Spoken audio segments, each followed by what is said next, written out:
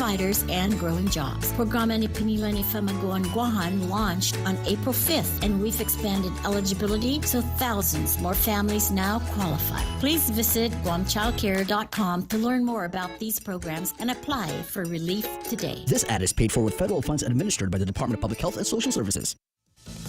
After a 20-year drought, the Colorado Avalanche winning the Stanley Cup Championship Sunday. The Avalanche were the preseason favorites to win the Stanley Cup, but Colorado had to beat the two-time defending champion Lightning to get there. 5 seconds to go.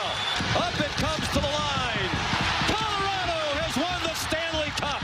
The game on ESPN, the Avs beat the Lightning 2-1 in Game 6 to win the Cup. They got goals from Nathan MacKinnon and Ari Lehkonen. Cale Makar won the Conn Smythe Award as MVP of the playoffs. It's the third Stanley Cup in franchise history, first since the 2000-2001 season. Tim McMaster, Fox News. A mass exit of district attorneys due to controversial criminal justice reforms. The New York Post is reporting that this year, 65 district attorneys have left. When progressive DA Alvin Bragg took office, he ordered prosecutors to not seek prison sentences for a number of crimes and to downgrade charges for robberies and commercial burglaries. And it's not just Manhattan seeing a mass exodus in attorneys over reforms to the justice system. In Brooklyn, more than 67 prosecutors have left since June, and 59 prosecutors in the Bronx quit this year as of May, according to the New York Post. And here in California, LA County's Association of Deputy DAs voted overwhelmingly to support the recall effort against their boss, liberal DA George Gascon. Fox's Christina Coleman. A tight battle between Elvis and Maverick to be the weekend box office champ. An Elvis Presley biopic shook up theaters with a better-than-expected debut. Elvis with $30.5 million in ticket sales, and for now, that's the same as Top Gun Maverick. Final figures will determine which film ultimately won the weekend. Jurassic World Dominion slides to third place, selling $26.4 million worth of tickets. Kathleen Maloney, Fox News. I'm Laura Cantor, and this is Fox News. Subway's Eat Fresh, Refresh brings you the sequel to the Sweet Onion Chicken Teriyaki. Enjoy the new Sweet Onion Steak Teriyaki. Delight your taste buds with tender, juicy steak marinated in the tangy new Sweet Onion Teriyaki sauce and stacked high on toasted artisan Italian bread, topped with American cheese, green peppers, red onions, and drizzled with the tangy new Sweet Onion Teriyaki sauce. The new Sweet Onion Steak Teriyaki is the height of food craveability. Give in to your cravings at Subway. Eat fresh. We're already Pika's best radio station, but we're always looking for ways to be even better. Announcing the point on Alexa. In addition to our FM and HD radio feeds, our incredible app, informative website, Facebook Live, and YouTube Live, you can now tell Alexa to stream The Point. And your smart speaker will start playing whatever we're saying. News and views 24/7 with your 4-word command. Alexa, stream The Point. Come try Guam's original Chamorro restaurant with Pika's best 5 years running. Mezcla Chamorro Fusion Bistro. Experience Chef Peter's candied salmon over scallion coconut rice, octopus tenactac, Chamorro platter, and their award-winning gourmet hamburgers. Or if you're looking for something healthy, try their keto-friendly menu. Come and enjoy Mezcla's half-a-day service at their Hagåtña and Grand Plaza Tuman location. Call their Hagåtña location at 479-2652 for reservations.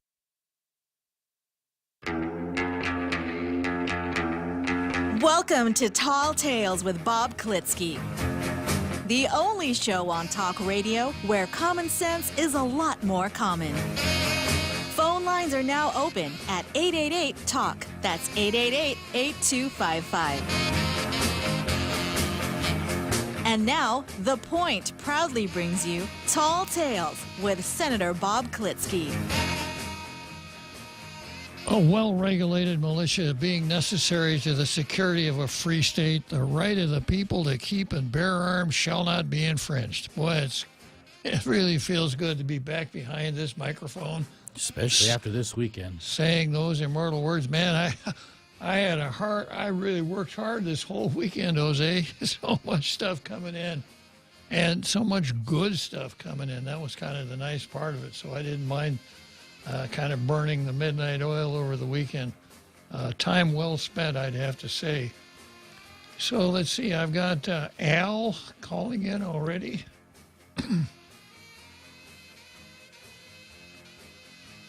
Al calling in on the legislature. Well, you're an early bird, Al, so go ahead. Tell me what you want to tell me about the legislature. Well, I want to tell you and everybody out there now, I want to encourage for those who are not registered voters, please go out and register to vote. Make that vote count. All right? Okay. What I want to do is I want to rehash a little bit of what happened in the past 2 years. In the past 2 years, the legislature has been silent, quiet, not even a peep. We call, and I know this because I called the legislative offices many times, and every time I call for some kind of help in regards to the segregation, the discrimination that was happening to our people on our island, and nothing happened. Okay? And if people are going to forget that, then how about this? When the legislature decided to act in the past 2 years, they talked about imprisonment or fining the people, or both fine and imprisonment of the people for violating this, what I call the flu. Okay? Let's not forget that. Let's not forget that this is the legislature that's coming out to us, the people of Guam, for our support, to put them back in there. So for what? To do nothing? To be quiet? To want to imprison and fine us? To pretty much wage war against its own citizens for violating a flu, whatever it is out there. Okay? They did nothing. Now when they come back this year, don't fall for the smoke screens and the flash and all the glamour that they want to tell us, because now they're saying they want to help the community. They want to do better for the people. But you know what, legislature? Where was that last year, the year before? So what you're saying, I think, Al, what you're saying is that the governor came forward in a very dictatorial fashion with her Wuhan virus rules, and the legislature didn't stand up to her. Is that correct? Yeah, I mean, I've always thought that the legislature was where the people, was the voice of the people. I've always thought that's what it was. And not just that, you know, to look at your community. Now, and I'm going to go with the speaker on this one here. Where's the arbitration thing, Speaker Terlahi? You said that you're going to try and abolish the arbitration law. You're talking about the mandatory medical malpractice arbitration law, correct? That's correct. That's correct. And you know, personally, I know there's some quacks in there that shouldn't be there, but they're still there. And they're killing our people. And we're powerless unless we have big time money. And there's no traction on that. You know, Senator Klitzkie, I'll tell you, last year, even the year before that, I called up the legislature. I called up Senator Peter Talahi's office. I called up Senator Sanagison's office. I even called the Speaker's office asking about this gas tax that was done with Senator Morrison, right? Telling them, pleading with them, please repeal the fuel tax increase, because it's not doing our community good, because it's hurting us. It is financially killing us. And when they decide they want to act on it, instead of removing it entirely, all they did was suspend it for 6 months. What good is suspending it for 6 months? Bring it down, what, just 19 cents recently? What good did that do? How did that improve us, the people of Guam's quality of life? Why is it only now they're talking about they want to make a difference, they want to help the community, they want to try and improve the quality of life? This is the same legislature that has been inactive for nearly 2.5 years. This is the same legislature that stood by the wayside while discrimination, segregation, intimidation was going on. Not even a peep. Okay, so Al, if I were able to characterize your remarks, I would characterize them as an appeal to turn the rascals out. Is that correct? Drain the swamp. Turn the rascals out. Okay, I got you, Al. Thanks a lot for sharing your thoughts with us. And I kind of have some of the same feelings. I read once upon a time that politicians are like diapers. Both need to be changed frequently and for the same reason. So thanks for calling, Al. Definitely. All right. So an angry citizen voicing his displeasure with the legislature right here on Tall Tales. Okay, so let's see here. We've been through we've been through the Second Amendment, and I'll go next to Zemi Ikotny, and then the card.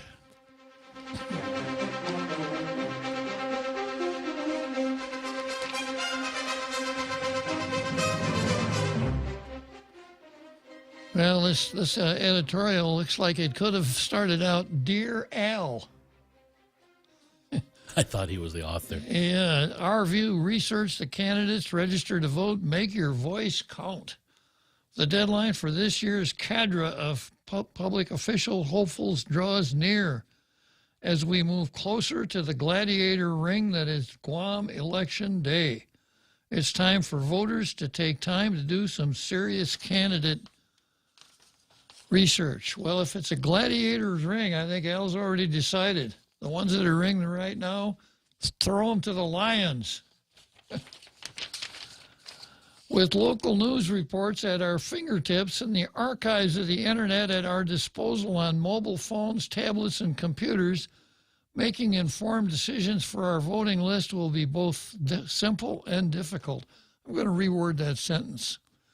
With local news reports at our fingertips and the archives of the internet at our disposal on mobile phones, tablets, and computers, and Tall Tales available on Facebook, YouTube, and the radio, it shouldn't be hard to make informed decisions. Go out to the various campaign meetings being held all throughout the island. Listen to the candidates vying for your votes. Talk with them. Ask them questions. Cross-examine them. Cross-check their answers as best you can. Visit their websites and social media accounts. Read up on their work experience. Find out about their values. Ask them why. Why do you want to step into the often grueling spotlight of politics? We've got a responsibility to be conscious of the information available to us. Social media and the misinformation spread by chattering trolls and keyboard warriors hiding behind fake profiles must be gleaned carefully. They're almost as bad as the gossipers of the days of yore pushing for a one-sided agenda. A majority of our current senators are seeking re-election, and a few former senators are looking to make their way back into the policy-making arena. Look back into the archives of the Daily News. Visit GuamPDN.com and do a keyword search of a candidate's name. Better yet, visit GuamLegislature.org and take a deep dive into the measures introduced by the incumbents seeking your vote once again. As the candidate made progress on their campaign promises from previous elections, what has the incumbent done at a policy level to make Guam better? What have they stood for? There are many ways to do candid research. Do your homework before heading to the voting booth. There's much at stake with every election. Our decisions on the ballot have great effect on the decisions that will be made for Guam. Guam's primary election is set for August 27. Early voting begins July 28. Be sure that you've registered. Every vote counts. Yeah. Okay, so much for that.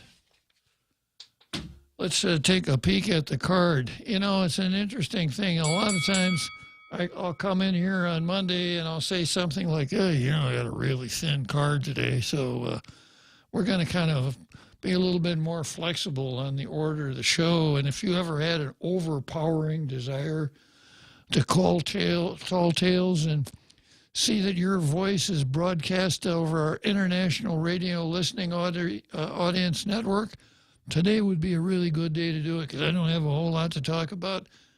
That's not today. Man, Nope. Man, I've got enough for a whole month's worth of shows here. And it all came up really suddenly, most of it over the weekend. So let's take a peek and see what I've got on the card for today. Of course, I've got systemic racism. If there were ever a time to remember the analogy of systemic racism, it's right now. I start out with the hat trick. Now, we don't play a whole lot of hockey around here, so let me tell you a little bit about hockey. There are 6 players on a hockey team, 2 teams in a match, right? And the game is played on ice, and it moves very fast. The players play with sticks, and the object in a hockey game is to slap the puck into the net. That's P-U-C-K, puck into the net. And it's a fast-moving, rough game, and a lot of times fights break out in hockey games. 6 players on a team, and the object is to score more goals than the other side.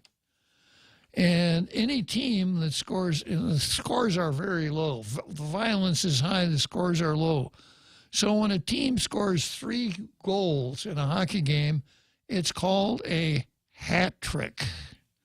First item on the agenda today is the hat trick. Conservatives now have a hockey team right there in the Supreme Court. Another interesting thing about hockey is that if a hockey player violates the rules, the penalty is he comes out of the game and sits in the penalty box. So if one team has somebody in the penalty box for 2 minutes, it comes down to 6-5 for a while. Well, obviously the Democrats have everybody in the penalty box except for 3 justices. Maybe that's why our guys were able to score the hat trick. Just one more thing about hockey. I mentioned it's pretty violent. Up in Canada, say in a place like Toronto, if the cops see a dozen people standing around on a street corner, they'll come along and break up that crowd. They're afraid a hockey game might break out. Okay, first item on the card, the hat trick. Second item on the card, Congress versus Michael San Nicolas. Third item on the card, let's see, what was her name? Brown versus Guam Board of Medical Examiners. Next item on the card is Waukesha versus Brooks. You'll remember that was a time when that SUV killed 8 people and wounded about 30 others in a Christmas parade. Was he related to the red Jeep? Probably was, yeah. I've got Scottus versus Miranda. You have a right to listen to tall tales. Anything I hear you say can be used in your favor, etc. I've got Jennifer Grandholm versus Gasoline, and I still haven't got the Dersh and Turley versus Nancy. So once again, systemic racism. I think everybody knows the drill right now. The rice, as you can see, is orange. If you are Paul Zerzan and you wrote a letter to the Daily News saying, you know, we need to kind of work on this a little bit. This rice, we see at every fiesta, is orange. It's not red. We're not doing ourselves any favors by saying that it's red rice when it's really orange. What Paul said is true. It's the facts. There's just no getting around it. That rice is orange. Here's the Daily News' response. Readers to Zerzan, leave our red rice alone. So the Daily News knows what the narrative is. The narrative is that rice is red. And anybody who's dumb enough to come along and tell us it ain't red, that it's orange, is going to get canceled. And he deserves to get canceled. Boy, I guess, you know, poor Paul, you know, there's just this overpowering desire for people to cancel them. As you'll see a little later on in the show, even Hope Christobel, the great Nobel Peace Prize nominee, wants to cancel Paul Zerzan. Okay, that's the first item here. Now I go into the hat trick.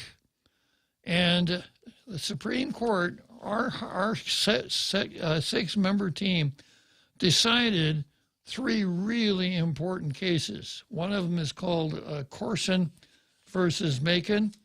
The second one is New York State Rifle and Pistol Association versus Bruin. And the third one is, what's the name of the third one? Roe? Yeah, the one that overruled Roe. I had it right on the tip of my... I've been using it so often I forgot to write it down. Is that versus Casey? No. It's, this is kind of embarrassing. I don't even have that in front of me. But I've been saying it so often I didn't think I needed to write it down.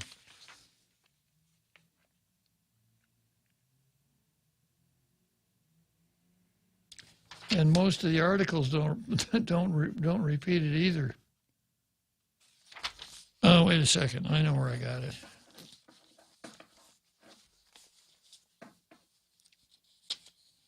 Dobbs. Yeah. D-O-B-B-S. D-O-B-B-S. Dobbs. Yeah. So that's the third one. Three cases in about a week. All of which, the results of all of which, I like very, very much. The reasoning in one of them, not so much, but I'll take it anyhow. Okay, as far as the first one is concerned, Carson versus Macon, this is a case that arose in the state of Maine. If you ever go to the state of Maine, you know, it's a northeastern state, so you figure, you know, like big cities, Boston, but it's not, man. There's a lot of wilderness out in Maine once you get away from the coast. Kennebunkport. Nice place. Or Kennebunkport, yeah.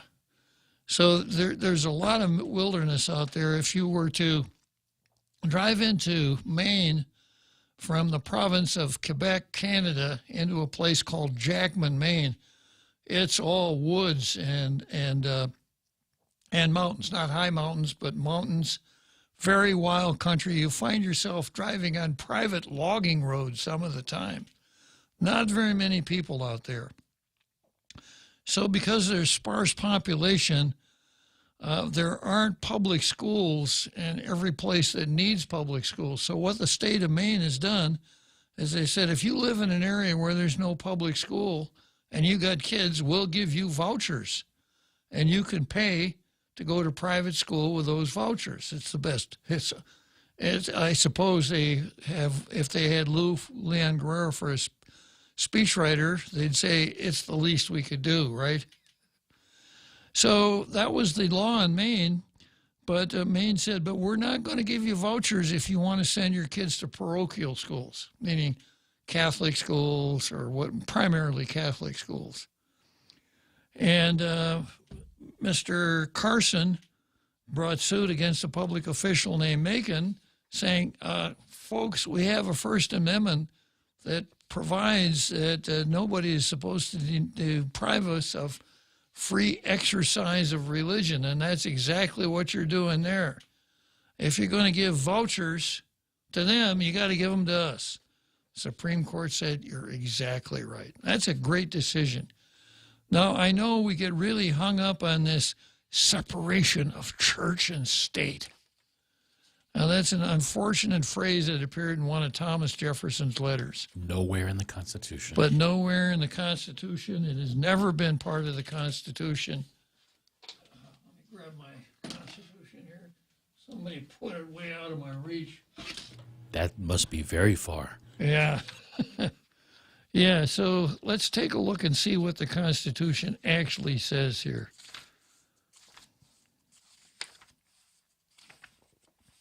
The First Amendment to the United States Constitution says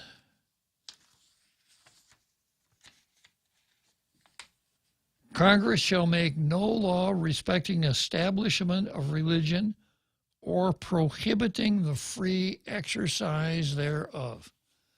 And I've explained the term establishment of religion before, pointing out that you really have to understand the word anti-disestablishmentarianism to understand what establishment of religion means.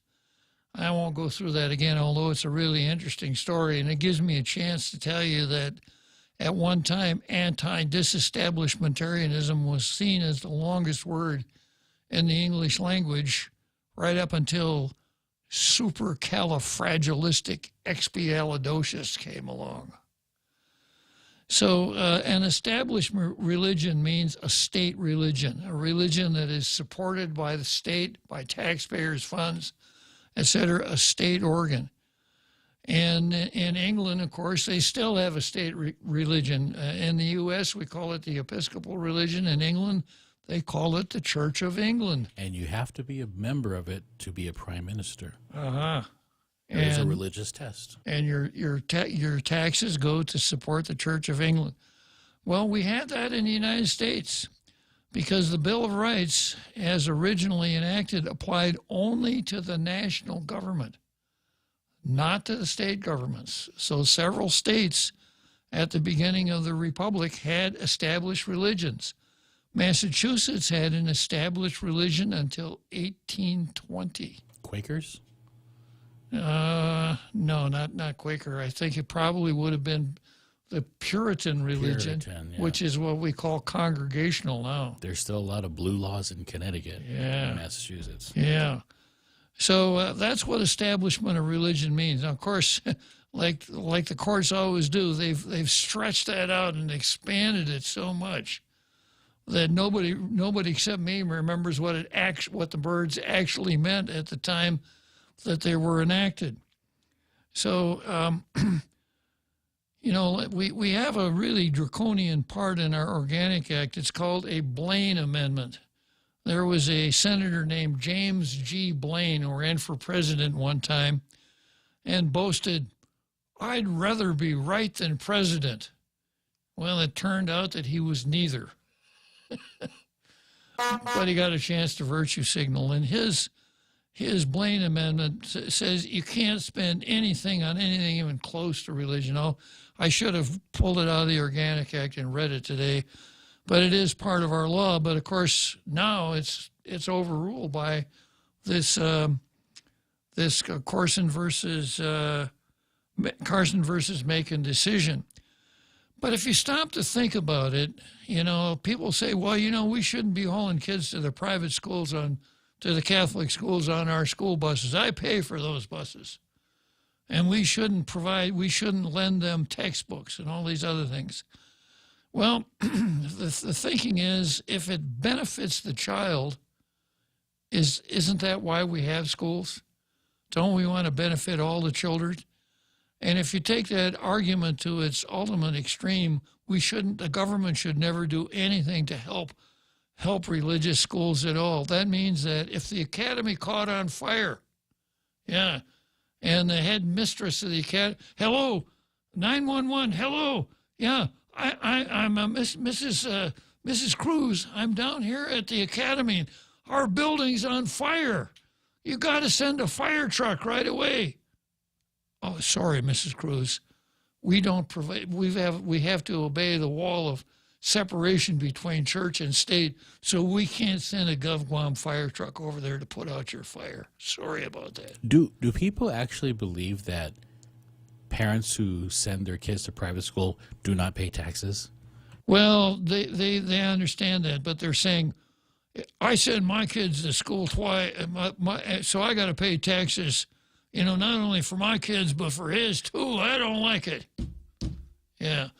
But of course, the setup is that the money from the government doesn't support any secular function. It only, any sacred function. It only supports the secular aspects. So we have a statute that says we'll lend books to the Catholic schools, just like we lend books to any kid. And we'll haul Catholic kids to school on the school buses, just like we'll haul any kid to school buses. If there is a road in front of a Catholic school, guess what? People can use it. And we charge the same for power and water at a Catholic school or anywhere, anyhow. So I'm very, very much impressed with this Carson versus Macon. It's a very good decision. I like the rationale decidendi.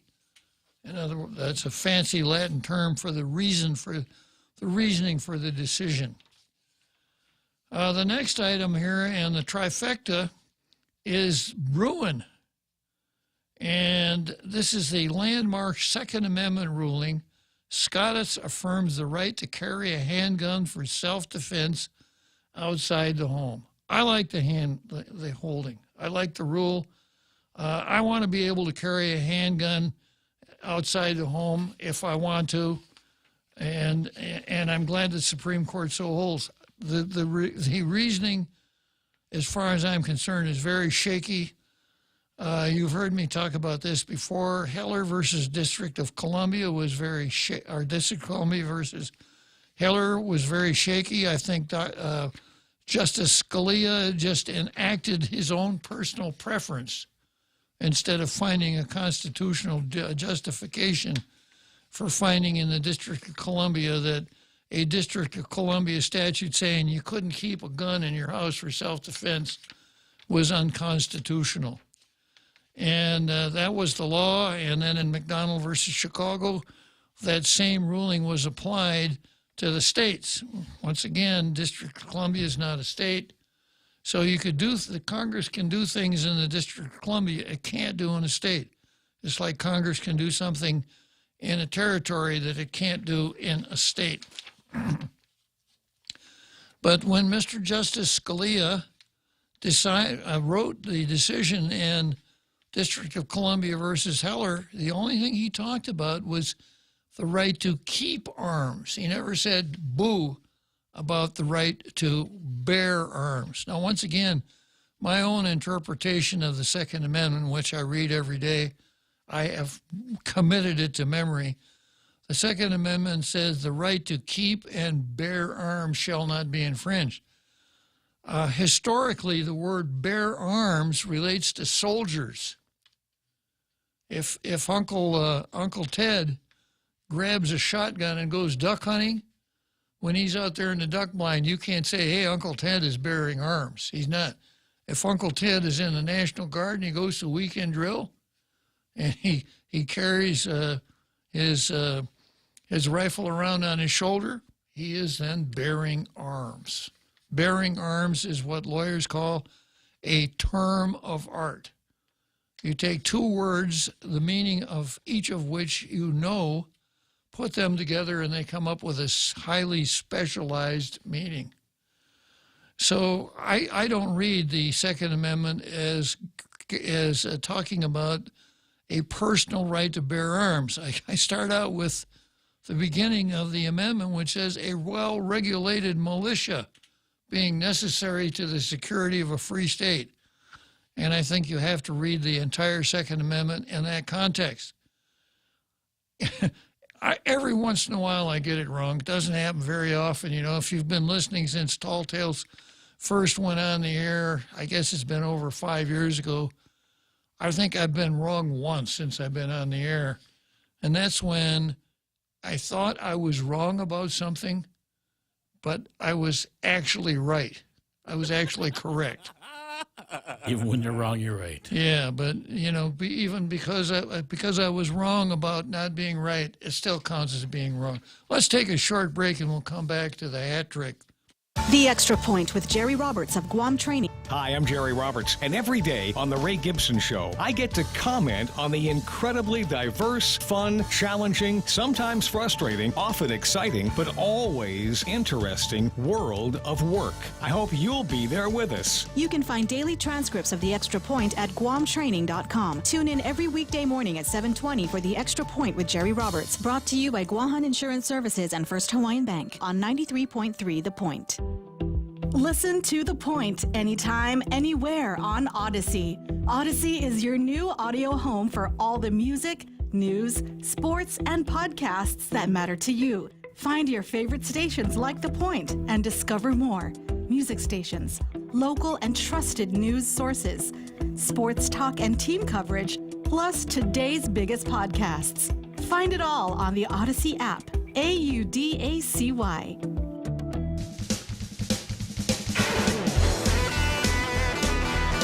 And now back to Tall Tales with Bob Klitzkie, the one radio show politicians don't want you to listen to.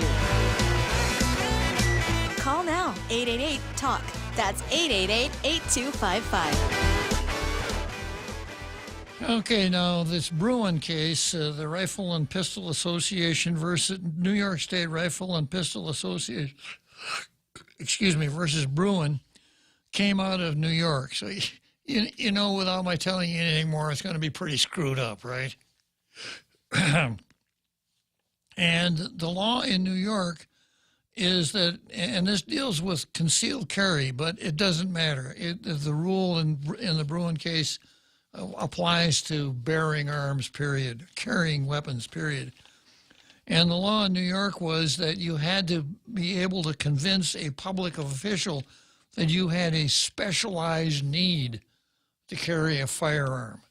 The fact that we have interpreted the Second Amendment to say that you could keep one wasn't enough to cause a New York State official to say, okay, here's your permit. You had to show a specialized need.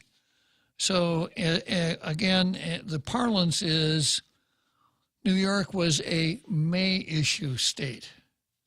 Now, there are some states that are called shall issue states. A shall issue state is one where you fill out the papers, pay the filing fee, and the public official shall issue you a firearms license. New York is a may. You fill out the papers, it said, well, he may and he may not. Kind of depends on how he and his wife got along last night and what he had for breakfast, etc. And had I been on the Superior Court, I would have said, guys, all we need to do is just rule on the due process aspects here. Is a violation of due process to give a public official that kind of authority, which is standardless, where there's no standard by which he is governed. He just decides kind of on his gut reaction, I'll give this guy one, but I ain't giving him one. They could have decided on that, but boy, they went way, way, way beyond that. And here's the rationale decidendi here. The Court of Appeals' first step was to find out, you know, if there is this constitutional right to bear arms, to keep arms. We know the answer there. But there was a means-end scrutiny applied in all of the states after Heller. And this is what Justice Thomas said in the Bruin case. In sum, the Court of Appeals' second step is inconsistent with Heller's historical approach and its rejection of means-end scrutiny.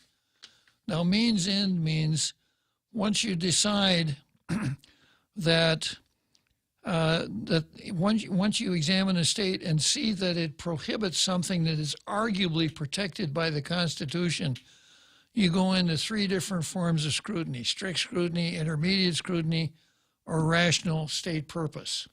And the means-end test means if you look at how the statute works and the end that the statute is attempting to achieve, this is where you make your decision.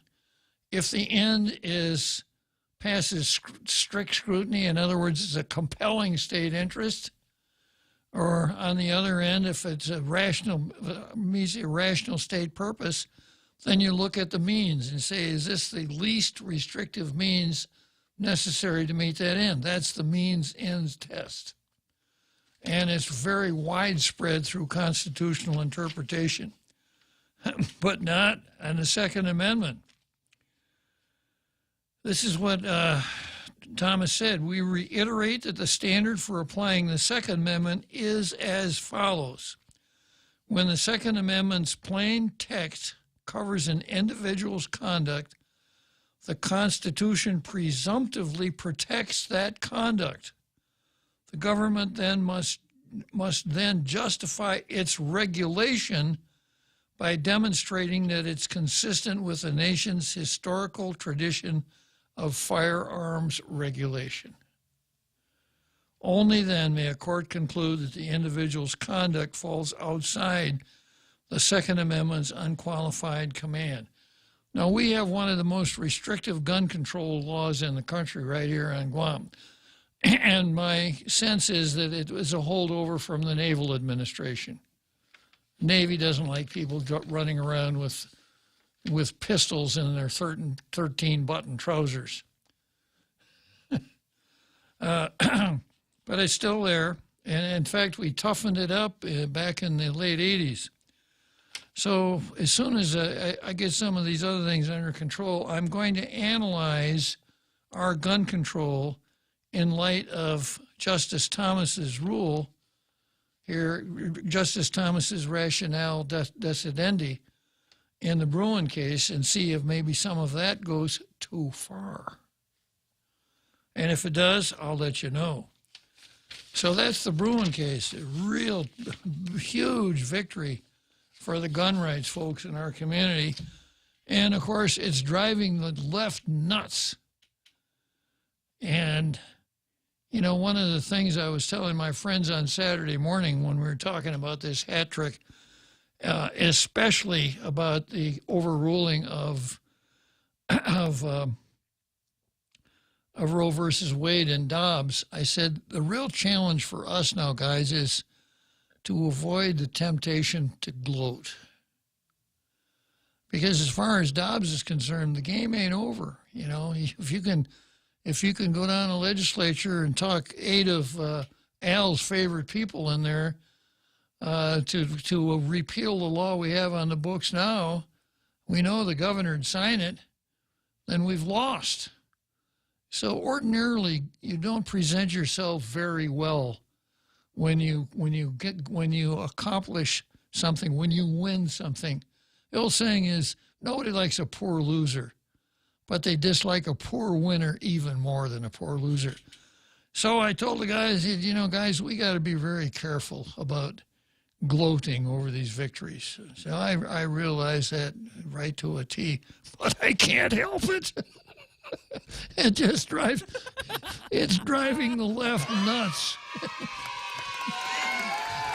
It's driving you go on the internet and they're just tripping over themselves.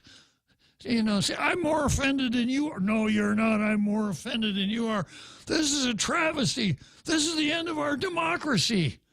We don't have to gloat about it being the end. They're doing it already. They're doing it for us, yeah. So I can't resist. I mean, it's just 3 in a row.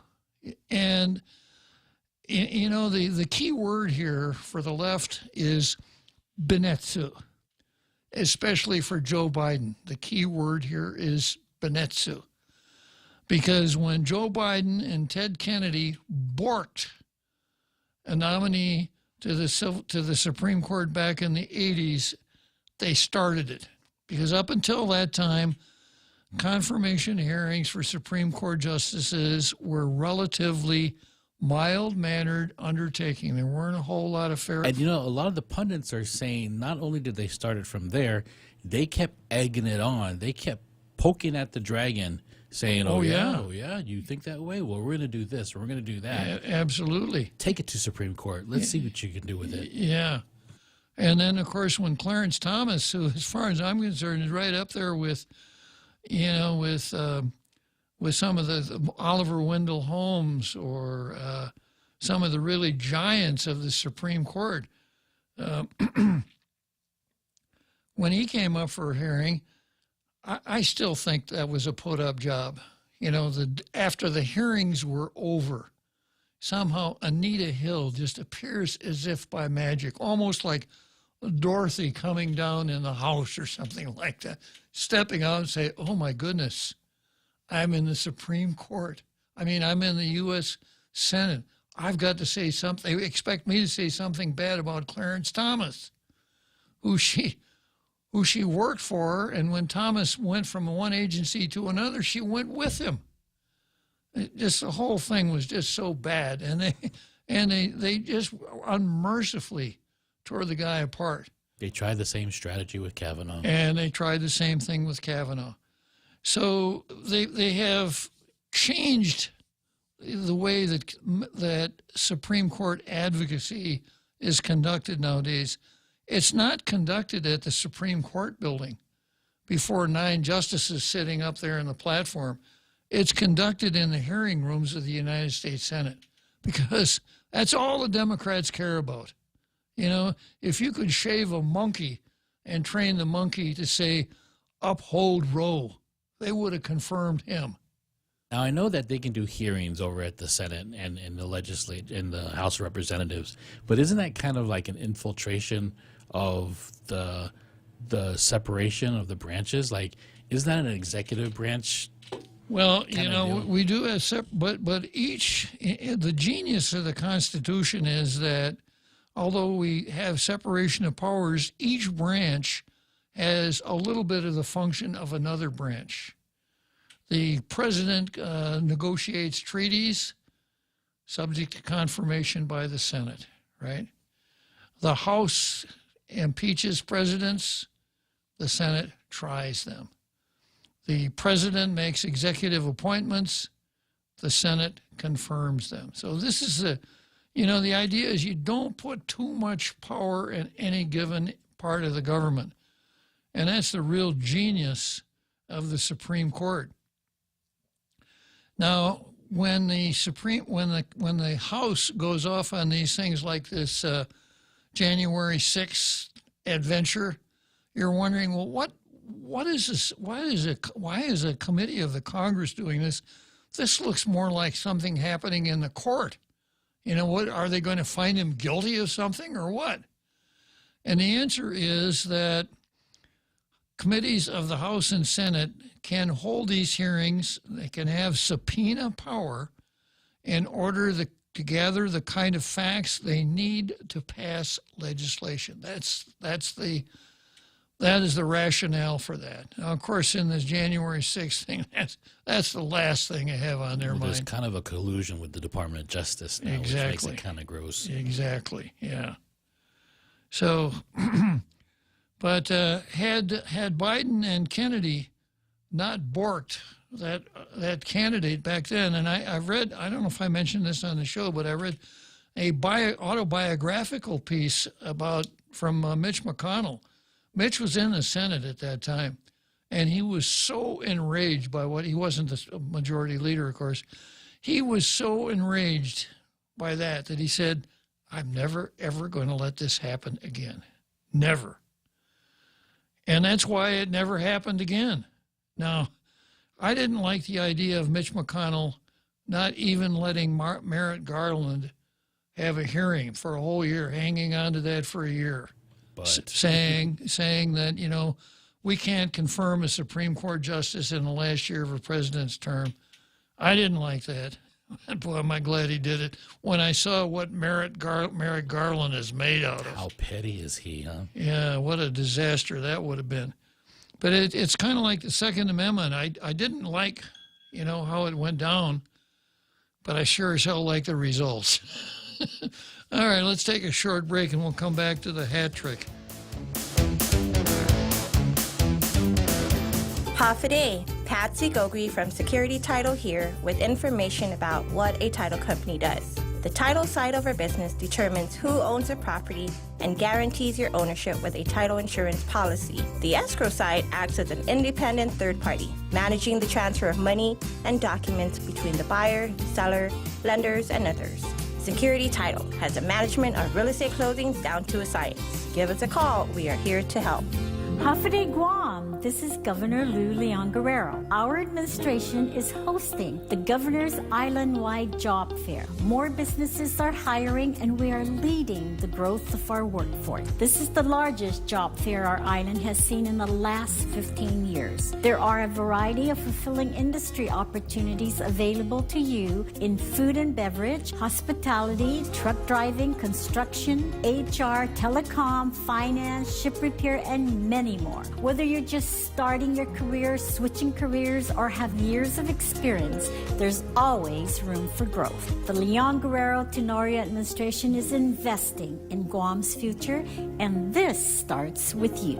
Join us on Friday, July 1st at the Riga Royal Laguna Resort from 9 a.m. to 5 p.m. This ad is supported by Employment and Training Program funds from the U.S. Department of Labor as part of an award totaling $4.4 million with 0% financed by non-governmental resources.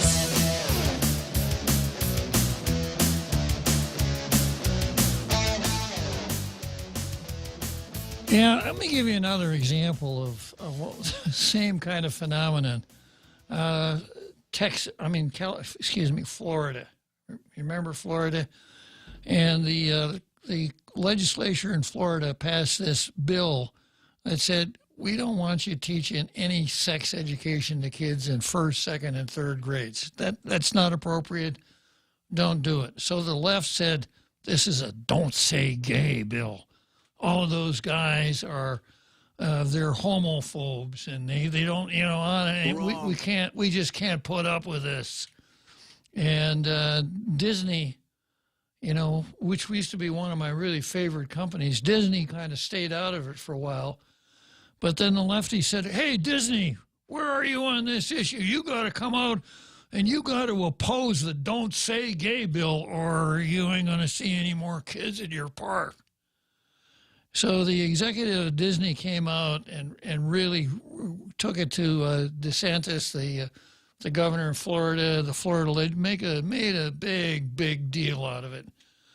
And I was really angry about that. I was angry about it for two reasons. One, I hate to see a company that I like fall in with relocate to Wokistan, which is exactly what they did.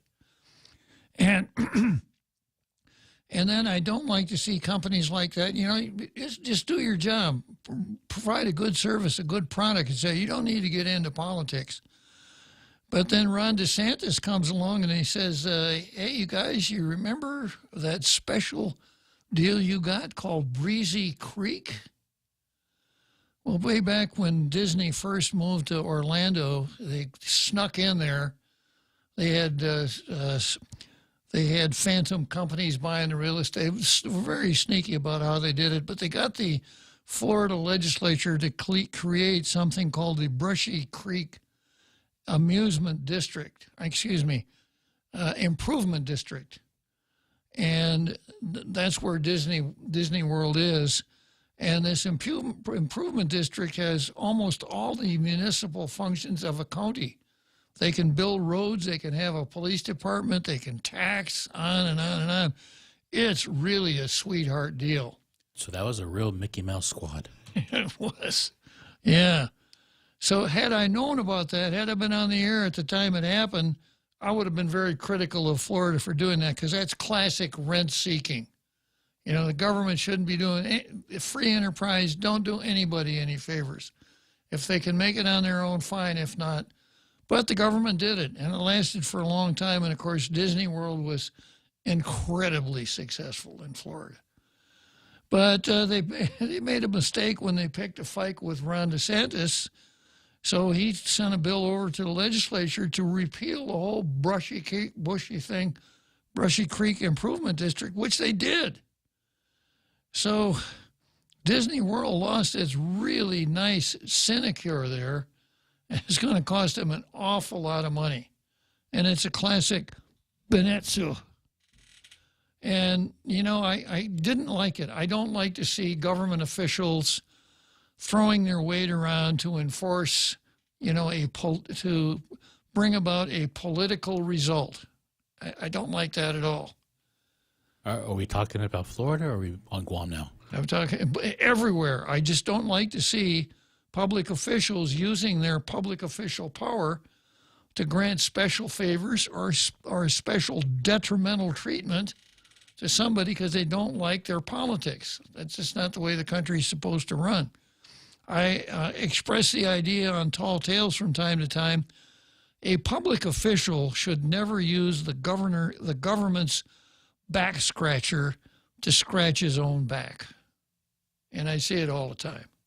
Not a good thing.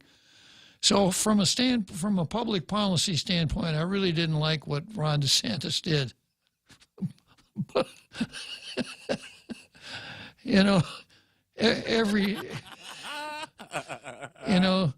every time I might feel a little down in the dumps or something, I think about that, and it cheers me up right on the spot as I mumble, "Hey, Disney World, Peninsula."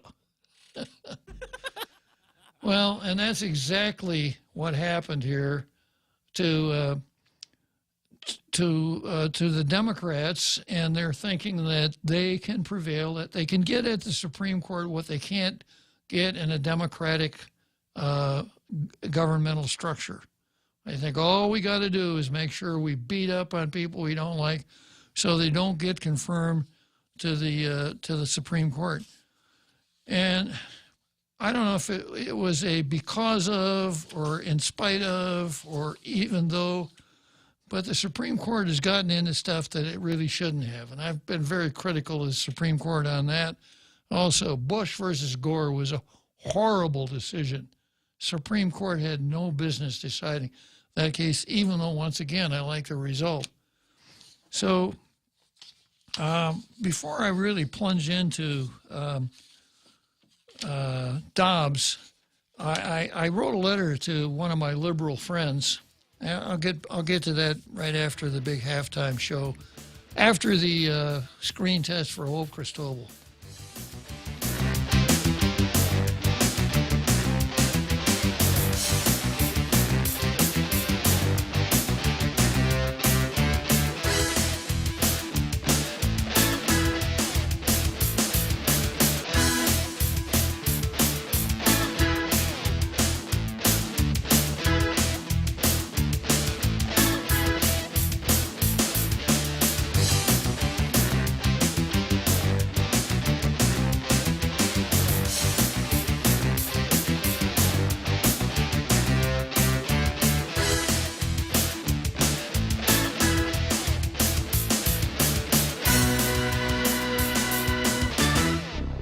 The Point is KUSG, Hagåtña, Guam, 93.3 FM and 104.3 HD3.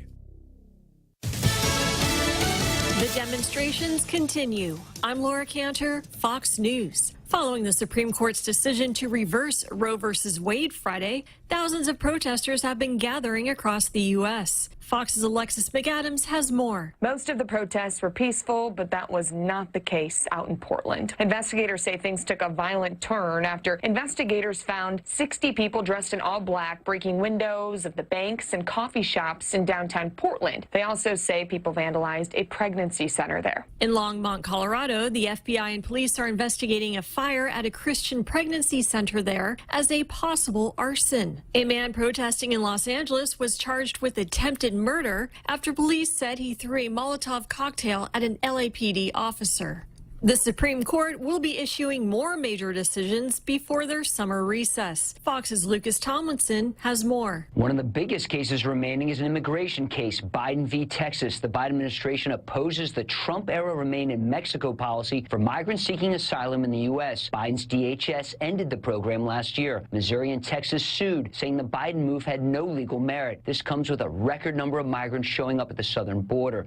President Biden is currently at the G7 summit in Germany, where he is discussing urgent global issues with other world leaders. Fox's Peter Ducey reports. President Biden, while in Europe, is still blaming Putin for high inflation back home and high gas prices back home. But now he is also doing something about it. He's banding together with the rest of the G7 leaders to ban exports of gold from Russia that Putin had basically been selling to pay for the war in Ukraine. Russia reportedly defaulting on foreign debt for the first time since 1918 due to the sanctions placed on them by Western nations. America is listening to Fox News. already Pica's best radio station, but we're always looking for ways to be even better. Announcing the point on Alexa. In addition to our FM and HD radio feeds, our incredible app, informative website, Facebook Live, and YouTube Live, you can now tell Alexa to stream The Point. And your smart speaker will start playing whatever we're saying. News and views 24/7 with your 4-word command. Alexa, stream The Point.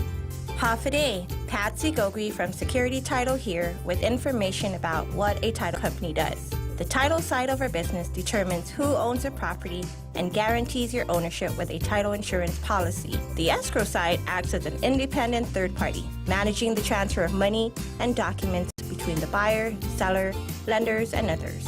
Security Title has a management of real estate closings down to a science. Give us a call. We are here to help. Now. Trump ally and former New York City Mayor Rudy Giuliani takes a hit. An employee at a Staten Island grocery store was arrested for allegedly slapping former New York City Mayor Rudy Giuliani. The NYPD says the 39-year-old worker approached Giuliani from behind Sunday and slapped him on the back.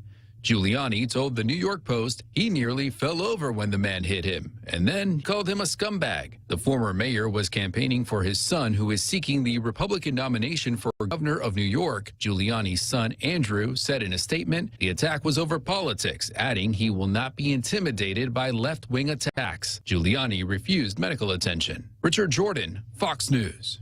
A Michigan mom is charged with a horrifying crime. A gruesome discovery in Detroit. Police say they found a 3-year-old boy's body decomposing in a basement freezer. The boy's mother now is charged with the death of the toddler. Wayne County prosecutors say 31-year-old Azerati France is charged with first-degree murder, child abuse and torture, and concealing the death of an individual. Detroit Police and Child Protective Services were conducting a welfare check at the home early Friday when the boy's body was discovered. Neighbors say the boy was blind and CPS was called as many as 13 times this year. Ann Carrick, Fox News.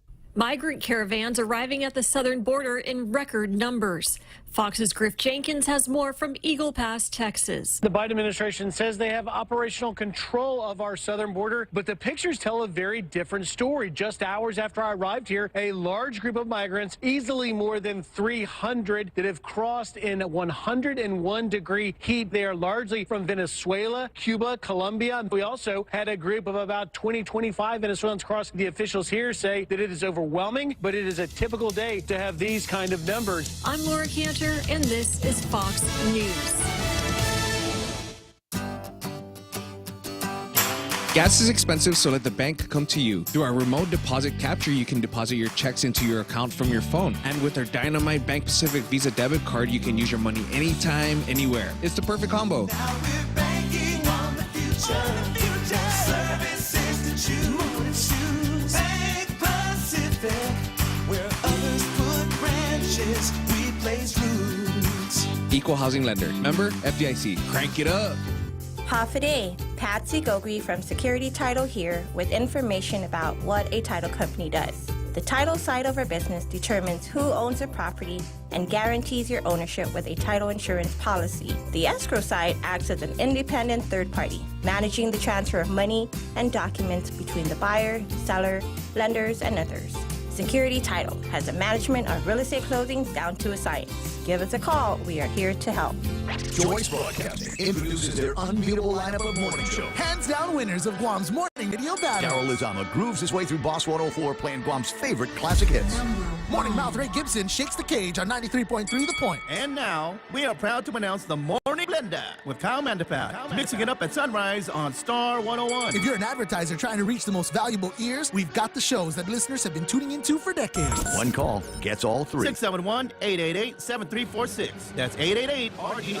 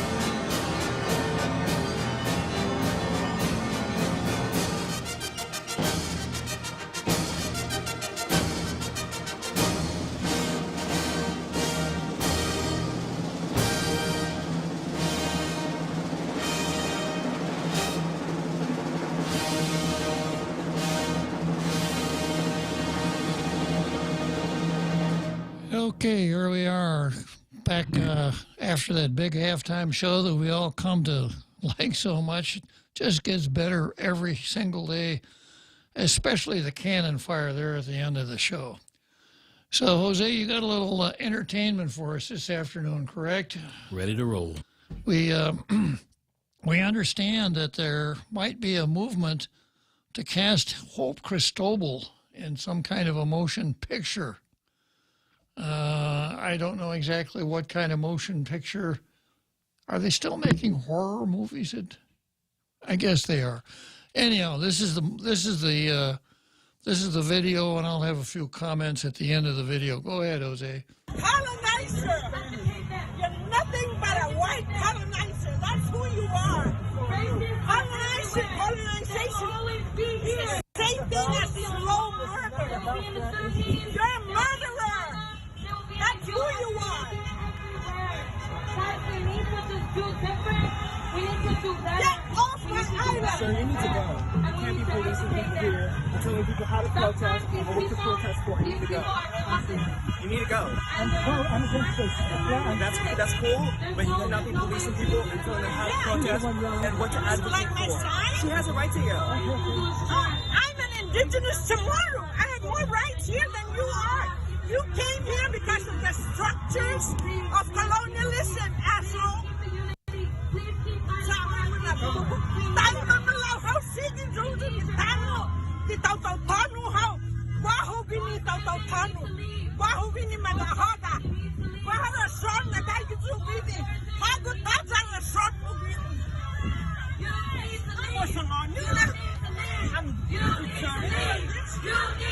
you need to leave. You need to go.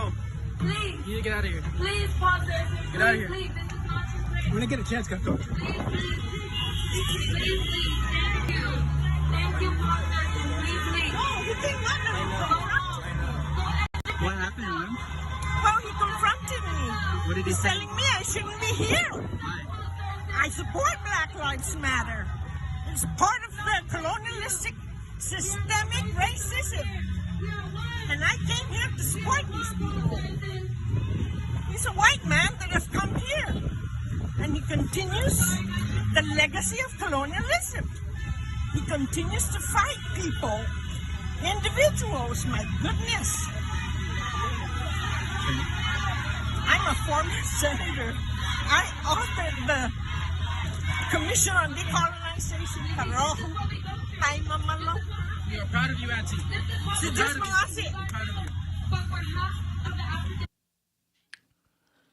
So there you are, spreading a little bit of little cheer wherever she goes. So, laci dunai sa ti tau ju te laci dunai mafanyago ju ki America. You know, I'll never make that mistake again. Because I don't have as many rights here as Hope Cristobal does. She makes that clear. I'm going to keep showing that every Monday because I want to make sure everybody on this island sees it. This is the face and voice of the independence movement on Guam. So you can imagine what it would be like if Guam were an independent country and we had the likes of Hope Cristobal running our government. Now, there was a story here on the Pacific Island Times that I've talked about before. Let me show you this story.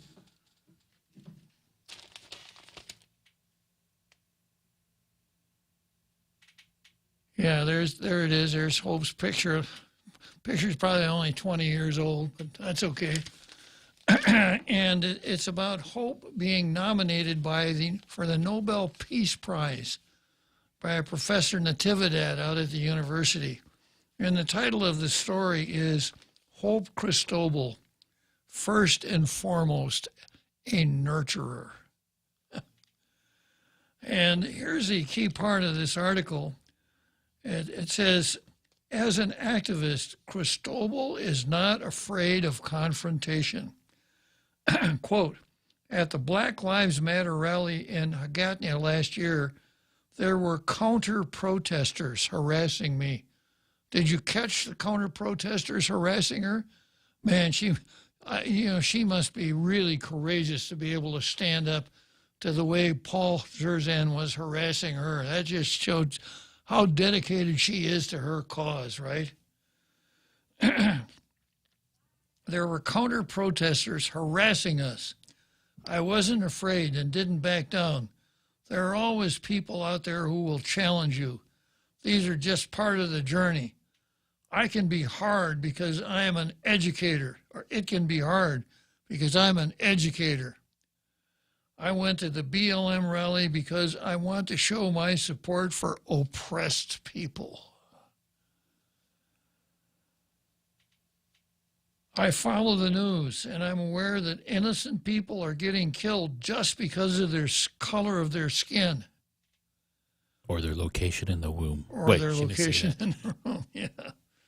We need to see each other beyond the color of our skin, she said, looking to see if there were any white people around. And what a phony. What an absolute phony. And I think probably all of us have seen people this in our lifetimes, people who really don't have a thought process at all, but make it up by showing anger and temper and trying to, by showing anger and temper, get the best of anyone who happens to disagree with their particular point of view. And that was exactly what this little video was about. Was about anger and temper, nothing more. So just look what's going on all over the U.S. right now. Absolutely, yeah. Okay, let's see. I probably got Hope on the line here. Senator Duenas, no gloating, gloat in anticipating aggression from pro-abortionists. So you're not going to gloat, huh, Senator Duenas? I will not gloat, Your Honor. Senator, Honorable Marine, my favorite talk show host. I will not gloat, but I will say I heard some disturbing things on other media today, and I kind of did the rounds, although I normally just pretty much stick to my favorites on the point.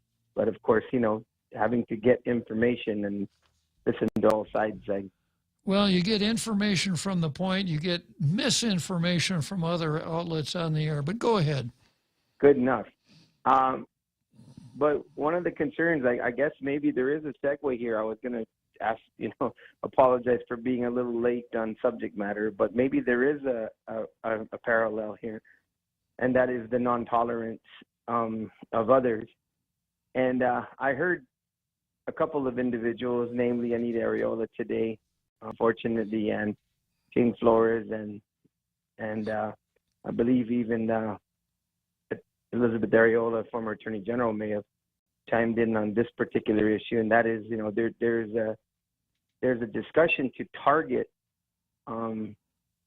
authors of the Heartbeat Act, and for being so out of touch and not understanding what the people of Guam, truly believe and what the sentiment is of our people. And the reason why I felt compelled to talk to you about this, Bob, is because I seem to remember when then candidate Lulian Guerrero was asked several times by different media outlets and others about this issue, knowing that you've played testimony that she's put out in the legislature before on other bills, including bills not to render medical attention to a botched abortion and a child just laying there, basically, I guess, is supposed to die. Right. But the thing is that I seem to remember that there was a great effort to say, well, but you know what? I'm not a single issue candidate. Meaning that, you can't just judge me on this issue. You have to look at my platform. You have to look at what I'm offering the people of Guam. You got to look at everything else in totality of me as a person, and not just simply judge your vote for me on this issue. But it seems as though there might be a concerted effort to not allow that same latitude when it comes to candidates who are anti-abortion. And I just think that that's incredible to me.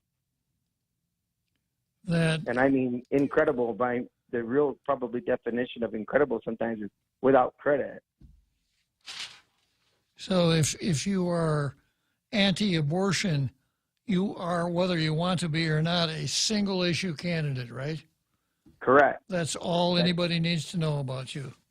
That's all anybody needs to know about you. You're out the door, cannot be considered. You're out of touch with reality, you know, there's just no room. You're not worthy of service based on maybe any other qualities you may have or your record of accomplishment, service to the people. Maybe, and that goes for candidates as well as incumbents. So I just wanted the Tall Tales Posse and international listening audience to know that the battle lines have been drawn. You know, Chris, I served two terms, and I fell victim to my own self-imposed term limits. Mm-hmm.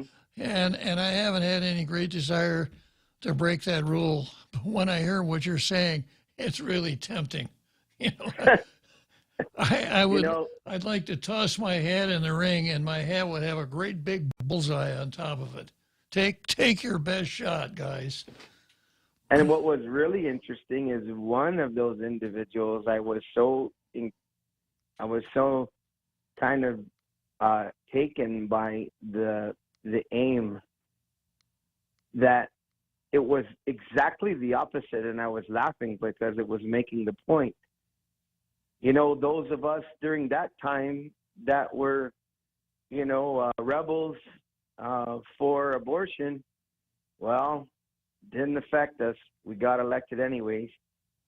Well, I'm going to be a little bit bold and say, if the people of Guam, you know, desire what they desire, I think that may be manifested on others who have the conviction to stand up and say they're absolutely against killing babies. And I think that those individuals are going to be just as worthy of being elected.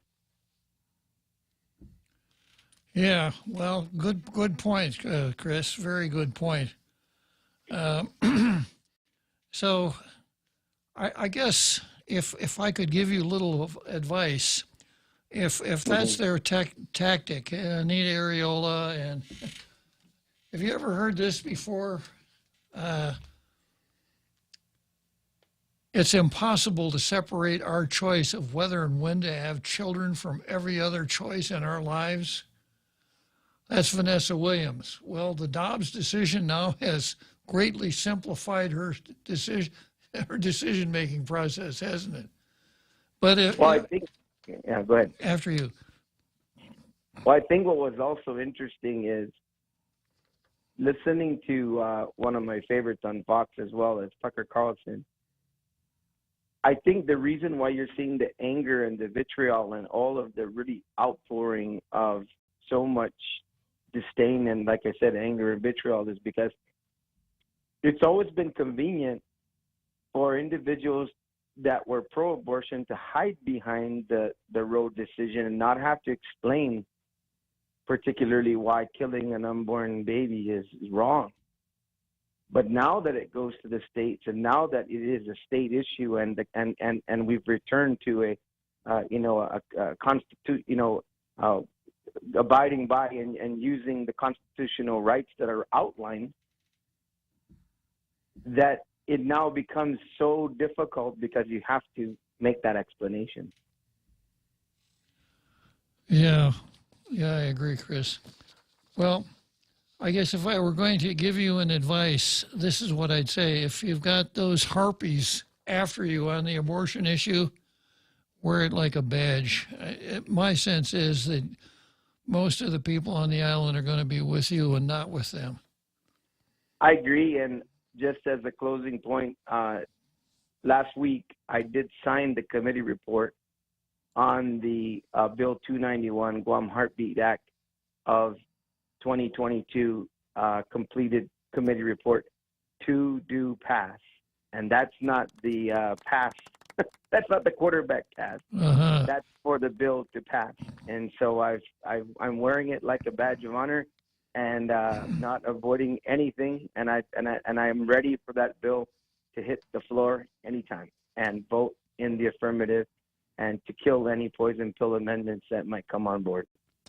Good for you, Chris. Good for you. I'm so glad that you're there to fight the good fight for us.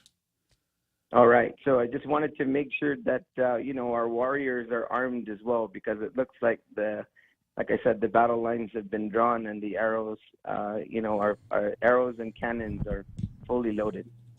Okay, Chris. See you later. Thank you, Your Honor. I appreciate the opportunity every time. Anytime.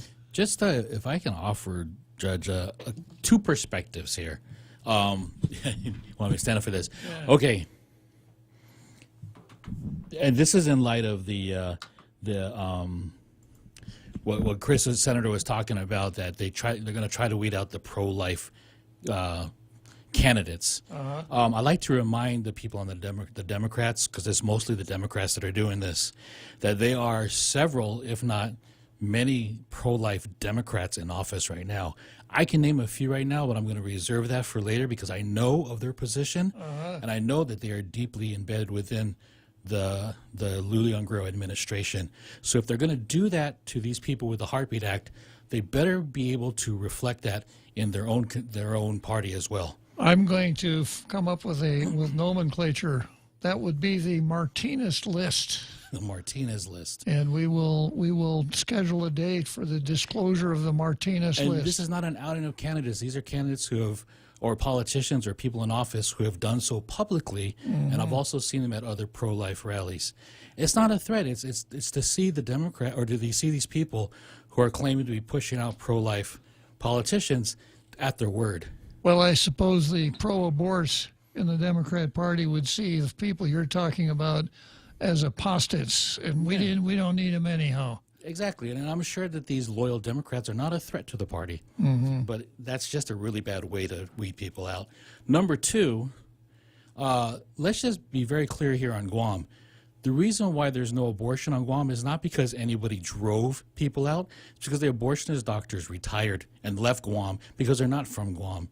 And nobody on this island, including locals, will perform abortions. Because it's so morally horrendous. So don't put this narrative that we drove people out or there's a religious backlash on abortions, because that wasn't happening for decades here on Guam. That's right. Good point, sir, Jose.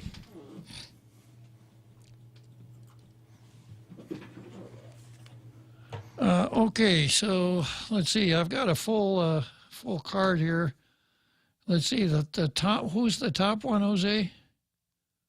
Yeah, I'm on line 2 with Ron, and line 3 I've got Tina, and on line 1 I've got Andy. Okay, well, we're going to take a short break. We're going to go to Wrigley Field for the 7th inning stretch. Then it's going to be Ron, Tina, and Andy.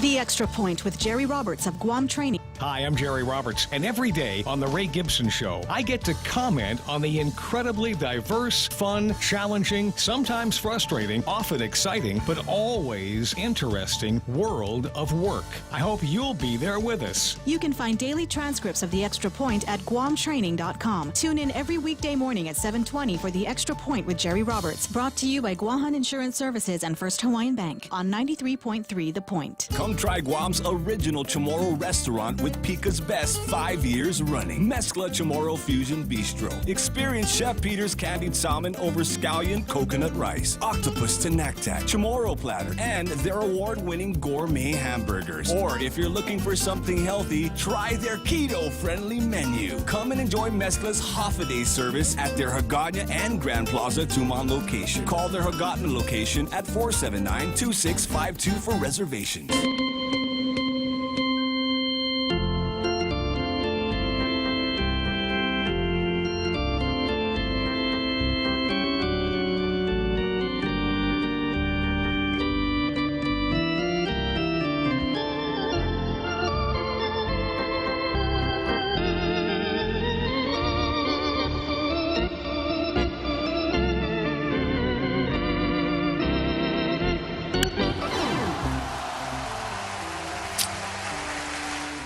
Here we are, the 7th inning stretch in Wrigley Field, Chicago. That means I only got 2 more innings to go, and I got 3 batters swinging those bats around in the on-deck circle. We're going to let Dr. Ron McNinch step into the batter's box. Smack it out of the park, Ron. Ron, you're up. Smack it out of the park, Ron. Havade Cinder, Havade Guam. Yeah, it's not time for greetings. It's time for you to swing your bat.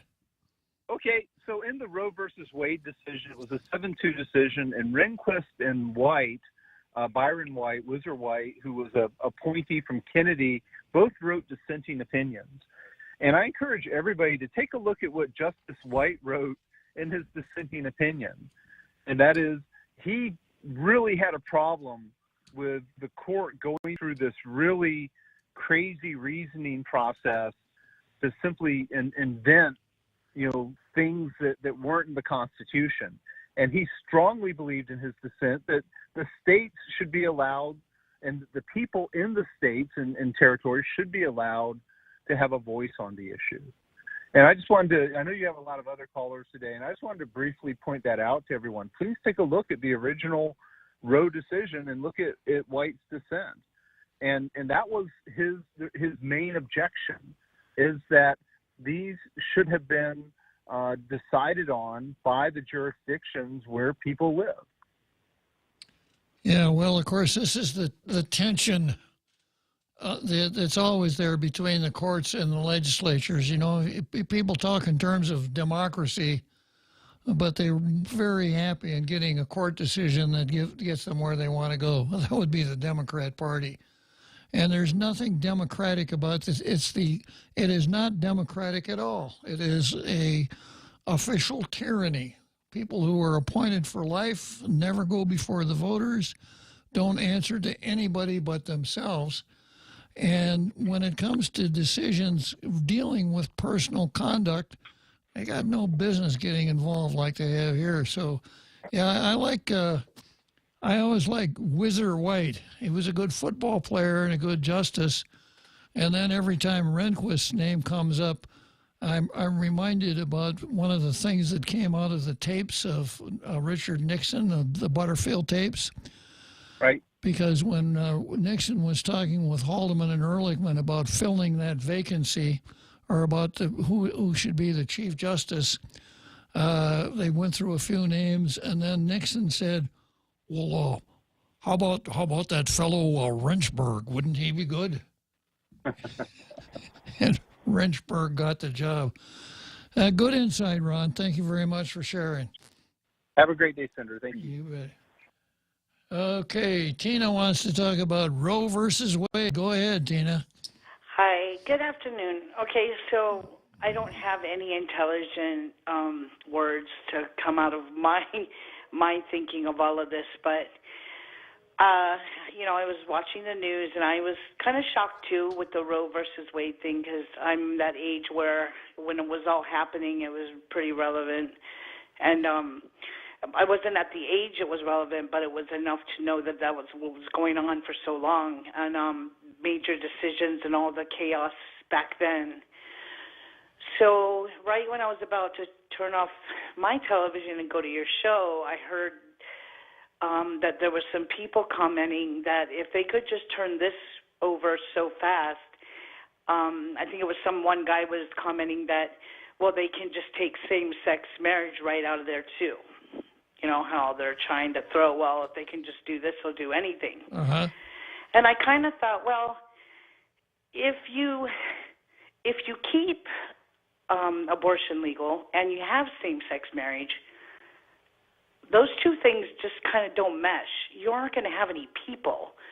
So I say no on abortion and yes to same-sex marriage, because that's already there. I mean, we just can't keep going with the minuses. We got to have like some kind of offset to something. Anyways, that's just my 2 cents, and it probably doesn't mean a darn thing. Well, it means a lot, Tina, because if I put it together, if we carried each to the logical extreme, abort every child, before abort every child, and everyone should marry someone of the same sex, what we have is a societal suicide pact. Wow. Okay, that's exactly what I was thinking. It was just so ironic that it was like right after I heard it, and then I just was thinking, and then I heard that, and I went, Wow. Yeah. That's pretty relevant. It is very relevant. Very, very good point, Tina. Thanks All right, for calling. thank you. Yeah, a classic tall tales caller. Very, very logical, very to the point, very interesting. So, the two strongest instincts in the human animal, first of all, is self-preservation. You don't need to teach somebody, to protect himself, to take care of himself. Self-preservation, and the second is propagation of the race, the human race. And what we're trying to do here, we're talking in terms of rights and freedom and everything like that. We're trying to set up a society where there will be no propagation of the race. Two men and two women cannot have a child. And if every pregnant woman has an abortion, yeah, so great contribution, Tina. Thank you so much. Very good. All right, I've got Andy next. Andy, are you Andy?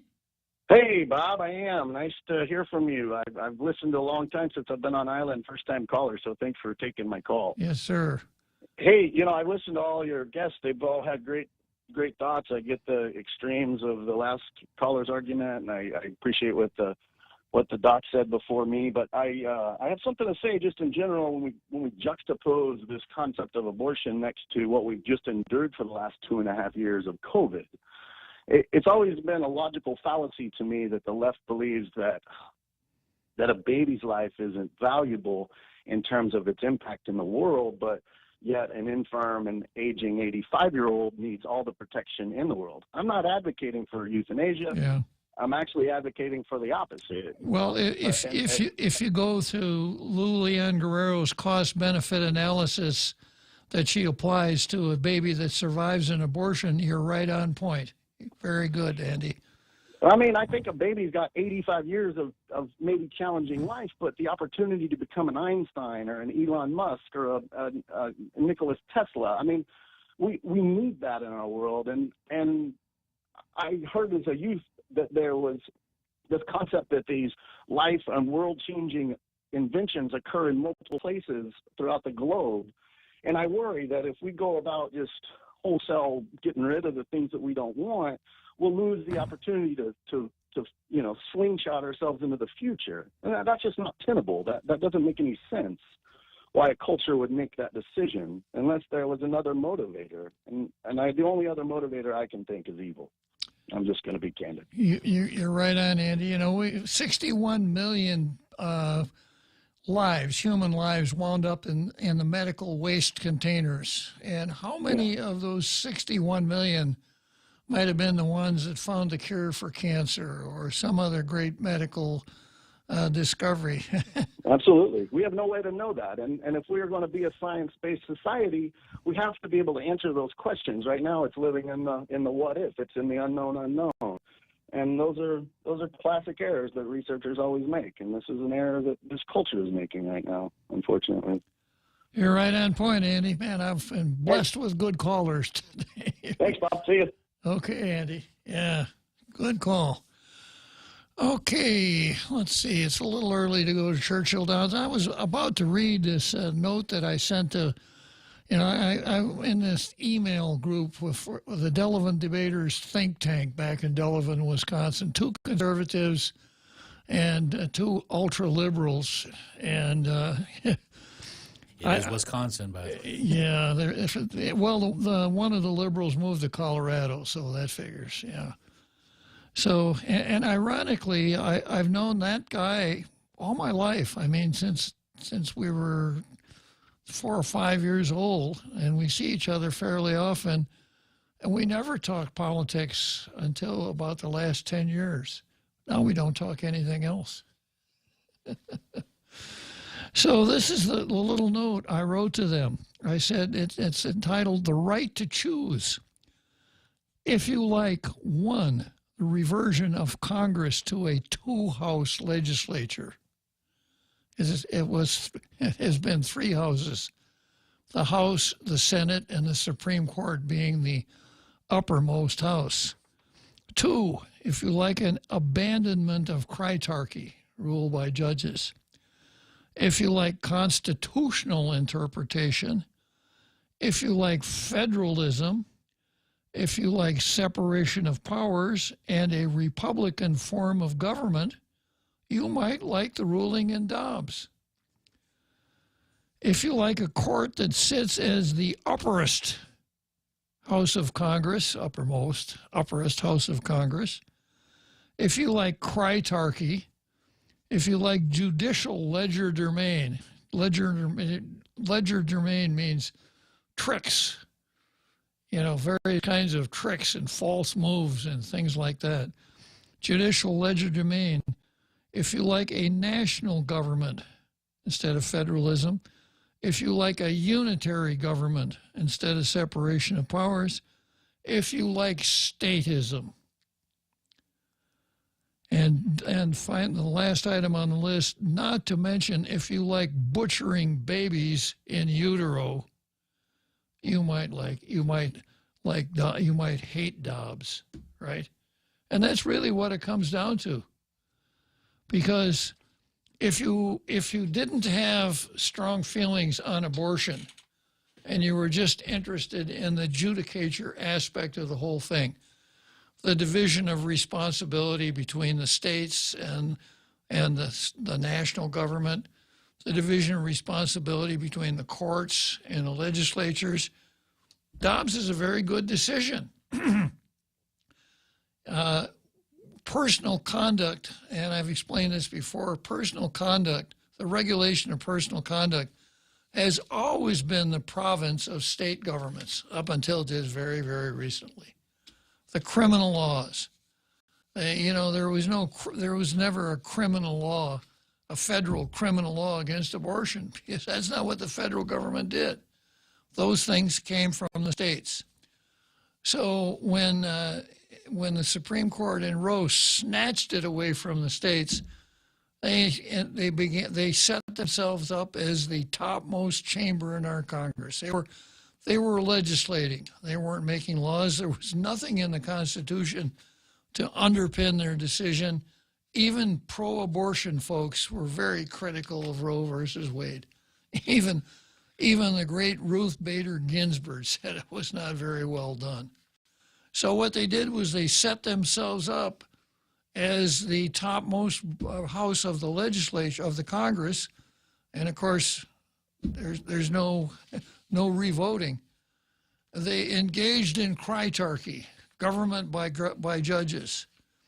They did not engage in constitutional interpretation. They engaged in judicial legerdemain. They took us from a federal government system to a national government, a unitary government, and statism. So even if you weren't fired up about abortion, you'd have to think that Dobbs is a good decision if you believe in the structure of our government as it was set up. So in this case, I like both the result and the rationale, the ratio decidendi. So the question then becomes, well, where do we go from here? And, well, one thing, again, you stop and examine where we are now. We've got elections coming up. We've got an election coming up in November. This is going to be the watershed issue of this election. Because we all know where Governor Lulian Guerrero stands. She's really not for abortion, but it's the next best thing to infanticide, which is what she really wants, right? And Felix has already come out and said, I'm a pro-life kind of guy, right? So the gubernatorial is going to turn on this issue. Moylan was on Ray's show this morning saying, I don't need to even examine my own personal feelings on this. The Attorney General enforces the law. And when Roe was overruled, that's a pretty easy one. The Attorney General has a responsibility to file a motion to have the injunction dissolved and to prosecute anybody that violates the law. And I like that. I like that idea because, one of the tensions in the judiciary is that we try to set up a system where judges have an extreme amount of power. And we try to set up a system so that when judges make rulings, they make rulings based on principles that are easily understood by anyone who's interested and wants to take the time to find out. The decisions are made on principles. It's not what the judge likes or doesn't like. In other words, being a judge isn't something you shouldn't be saying, I really want to be a judge because that way all my personal preferences will become judge-made laws. And that's the Democrat approach to it. We want to put our guys on the Supreme Court so that our personal preferences will become the law of the land. So I'm right on, Doug, right there. And of course, I predicted this morning that what Levin Camacho is going to do, he will get his own think tank together, his brain trust at the Attorney General's office, and they will spend as much time as they can trying to figure out how not to do anything about this. Because if Levin could get away with it, my sense is that he would not dissolve that injunction, and the Dobbs case would have no effect here. Roe versus Wade would still be the law on this island. That's my sense. So obviously the Attorney General's race is going to come down to who's going to enforce the law and who's not going to enforce the law. Senate, the same thing. The legislature, the same thing. We know already we got a couple of pro-lifers in there, Shelton and Nelson. If we could just keep them from passing and get them to vote instead of pass every time their name is called. And there must be others in there. Of course, all of the Republicans are anti-abortion, so that makes 7 right there. We got to get one more senator, one more anti-abortion senator in there in order to get the right result out of that body. But you can bet that people are going to be campaigning on that. Vote for me. Out there, you women out there, vote for me. And I will give you back your bodily autonomy, and you can kill as many of your kids as you can conceive. That's going to be kind of the way it goes. Let me see who I got in the green room here. Senator Duenas is back again. A second ride on the merry-go-round, Senator Duenas. Go ahead. Maybe you'll get the brass ring this time.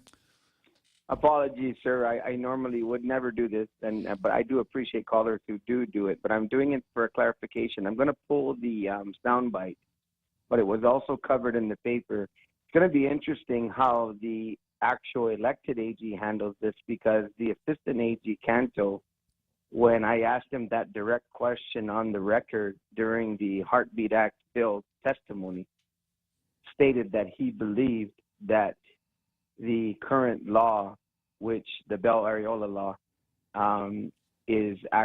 would be the law of the land if Roe were overturned. So I'm going to pull the soundbite to make sure I have the whole exchange, but it was actually covered in the print media as well, and I believe even in the certain other media, television media. So I'm going to pull it so that I can get it to you. But I know that by sitting right in front of him and watching the faces of everybody else on the panel, but that was his declaration that he believed that would become the law of the land. Okay, I'll tell you what, Chris, we're going to go to Churchill Downs, and then we'll allow you to play it to our international radio listening audience, okay? Okay, I don't know that I can pull it right now, but I'm saying that I'll pull it for our record going forward. Okay, fair enough. Thank you, Your Honor. Okay, Chris. All right, let's head for Churchill Downs. Are you looking for a new place to hang out with your friends? Let's go along the sidelines at Sidelines Bar and Grill. Located at 154 Iriarte Road, Unit 4 and 5 in Tamuning behind Royal Bigs. Sidelines, a hidden gem with nothing but great things to offer. Great atmosphere, great food, top shelf drinks, and a great team. What are we waiting for? Let the fun begin at Sidelines Bar and Grill. Open daily from 3 p.m. to 2 a.m. See you there. Joyce Broadcasting introduces their unbeatable lineup of morning show. Hands down winners of Guam's morning radio battle. Daryl Lizama grooves his way through Boss 104 playing Guam's favorite classic hits. Morning Mouth Ray Gibson shakes the cage on 93.3 The Point. And now, we are proud to announce the Morning Blender with Kyle Mandapat, mixing it up at sunrise on Star 101. If you're an advertiser trying to reach the most valuable ears, we've got the shows that listeners have been tuning into for decades. One call gets all three. 671-888-7346. That's 888-REIO.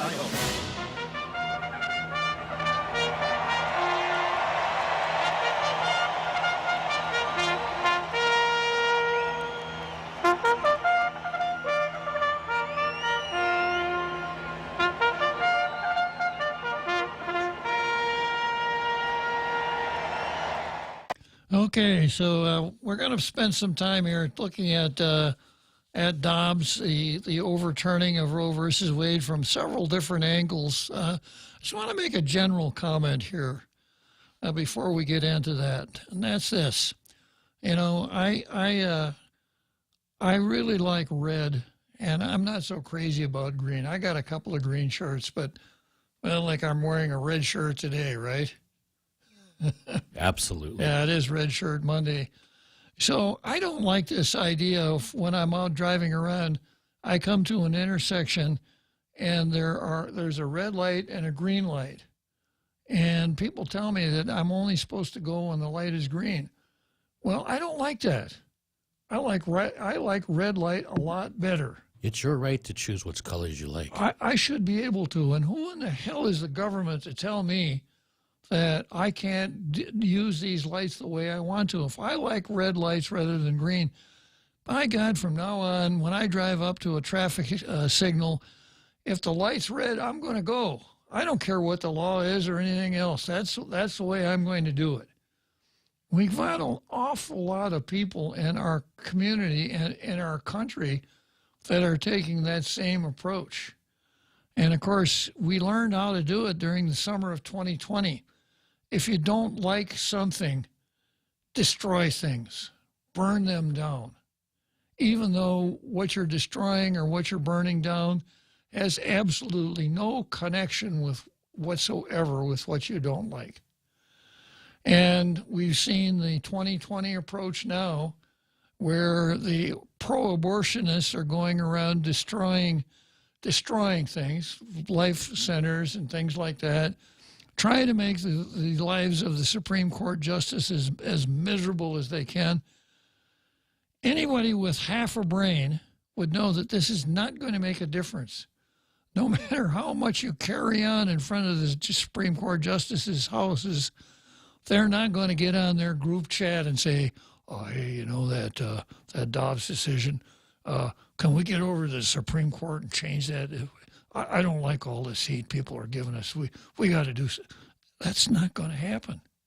But it's not going to stop them. They're going to go into a full Black Lives Matter set of riots around the country because they don't like what the Supreme Court did. And I've got some other materials that show that people who really ought to know better are climbing on this same bandwagon. My job is to enforce the law unless I really don't like it. And then it's not my job anymore. It's my job to come up with excuses why I'm not going to enforce Did you get that same letter? Yeah. It's incredible. It really is. It really is. And it kind of makes me wish that I was a Democrat and could vote in all of those different jurisdictions. As a Republican, I can only vote in one. As a Democrat, I could vote in every one of those places. Just wait until you're 6 feet in the ground, then you can vote in every district. Well, it's like I used to say about my grandfather. My grandfather voted Republican all his life until he died. And then he voted Democrat, yeah. So this is very distressing, and it's just one more signal that our country is coming apart. Even when you don't like a law, I think our speed limits are ridiculous here in the island. But because I think 35 miles an hour is too slow doesn't mean I have a license to go out and drive as fast as I want. And that's the kind of mindset that we're seeing all over the place now from people who are very responsible. Our president coming out and saying that he doesn't like the decision in Dobbs. Presidents don't do that. Presidents say the Supreme Court has spoken. When the Supreme Court makes its decisions, it's our responsibility to comply with those decisions. That's all he says. He doesn't say, but I really don't like it. That's just a horrible thing for a president or an attorney. I mean, Garland done the same thing. I'll get to that later on. And a lot of other people who really ought to know better have done the same thing. Well, here we are with the next item on the card, or the next item in the hat trick. This is the Post for the 27th. Guamanians woke up Saturday morning to news that the U.S. Supreme Court had overturned Roe versus Wade. While Guadalupe and the Archdiocese of Agana shared their views on the issue, attorney Vanessa Williams noted that abortion on Guam remains legal. Now, we all remember Vanessa Williams. Remember, just to refresh your recollection, this is Anita Williams' comment on abortion. It's impossible to separate our choice of whether and when to have children from every other choice in our lives. You know, it's just not that important. It's right up there with whether to take a vacation or get a new job or whatever. So Vanessa Williams says abortion on Guam remains legal. There's a permanent injunction against that law still in place. Williams said, referring to a decades-old public law, 20-134, that bans abortion on Guam. The 1990 law was challenged successfully. The Ninth Circuit permanently enjoined the law, meaning Guam's Attorney General would have to ask the local U.S. District Court to lift the injunction to begin enforcing it.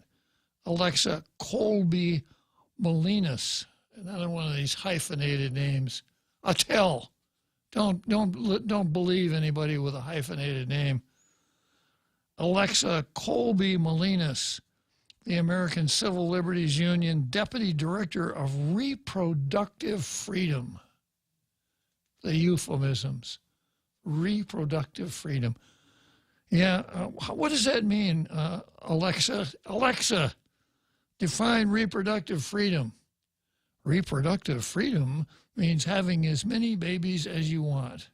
That sentence had so many left-leaning words in it. It turned around 360. It did. Turned around 360. Yeah. Good, Jose. Okay. Overturning Roe is awful and a huge step backwards for women and reproductive rights. You know, the brass of someone who says killing a baby in the womb is reproductive rights. However, abortion remains safe and legal on Guam today, and we will continue to fight to keep it that way, Williams said, sharing her reaction. She wouldn't. If she didn't like red, she wouldn't stop for a red light either. Justice Samuel Alito wrote in a decision of the majority that Roe was egregiously wrong from the start, which of course it was. Its reasoning was exceptionally weak, and the decision has had damaging consequences. And far from bringing about a national settlement of the abortion issue, Roe and Casey have inflamed debate and deepened division. It's time to heed the Constitution and return the issue of abortion to the people's elected representatives. That's exactly right. The Archdiocese of Agana on Saturday called the Supreme Court's decision a triumph of good against evil. And that's all I'm going to read out of that article. But let's go to the point that Williams makes about the law. And we do have Public Law 20-134, which was enjoined by the District Court. Joe Addett took it on appeal to the Ninth Circuit. The Ninth Circuit affirmed the District Court. I wasn't surprised. And by the way, Elizabeth Barrett Anderson was the Attorney General at that time, and I think that's who Chris was talking about, former Attorney General, not Elizabeth Areola, but Elizabeth Barrett Anderson. Anderson wouldn't take the case on appeal to the Ninth Circuit, so Joetta had to hire his own attorney to do it. So I'm not surprised at where she comes out on this. But Public Law 134 starts out with legislative findings. The legislature finds that for the purposes of this act, life of every human being begins at conception and that unborn children have protectable interests in life, health, and well-being. The purpose of this act is to protect the unborn children of Guam. As used in this declaration of findings, the term unborn children includes any and all unborn offspring of human beings from the moment of conception until birth at every stage of biological development. The first section, 9 GCA 31.20, defines abortion. The next section, 31.21, repeals and reenacts an older section. It says providing or administering a drug or employing means to cause an abortion. That's the title of the section. Every person who provides, supplies, or administers to any woman or procures any woman to take any medicine, drug, etc., is guilty of a third-degree felony. Oh, it's that time already, huh? Well, we got a lot to talk about tomorrow, and tune in tomorrow. You will become the best informed person on the island when it comes to this whole Roe versus Wade thing if you stick with us tomorrow. But for now, let's go, Brandon.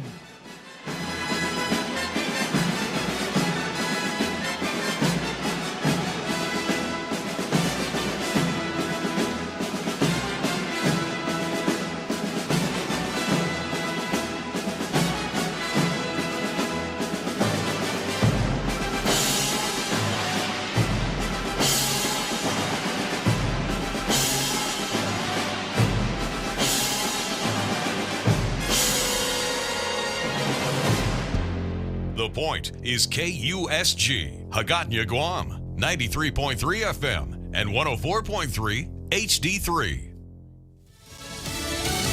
The debate continues. I'm Laura Cantor, Fox News. More than a dozen states implementing trigger laws that either prohibit or have severe restrictions on abortions, following the Supreme Court's decision to overturn Roe versus Wade Friday. Michigan is one of those states. Its Democratic Governor, Gretchen Whitmer, was on CBS's Face the Nation Sunday discussing her Republican opponent's response to the court's reversal. All of the Republican people running for governor want abortion to be a felony, no exceptions for rape or incest. GOP Congressman Jim Jordan of Ohio told Sunday Morning Futures with Maria Bartiromo that the Supreme Court made the right decision. This decision this week was a win for life, was a win for the Constitution, but it was also a victory over the intimidation tactics of the left. President Biden and his Western allies are in the Bavarian Alps of Germany at the G7 summit, where they're intent on curbing the economic fallout from Russia's invasion of Ukraine. These strategic investments are areas of critical to sustainable development and to our shared global stability, health security, gender equality and equity, climate and energy security. President Biden says they must maintain their resolve against Russia. On Sunday, they announced a ban on imports of Russian gold, which is one of their top exports. Meanwhile, Russian forces launching a missile attack on Ukraine's capital city of Kyiv overnight. Fox's Nate Foy has more from Lviv. This is the largest attack on Ukraine's capital in 3 weeks. It happened at 5 a.m. local time. One person has been killed. At least 5 others are hurt, according to Ukrainian authorities. It wasn't just that apartment building that got hit. A playground right outside a local kindergarten was also hit. Thankfully, no kids were on it at the time. This all happened just hours before the G7 summit. America is listening to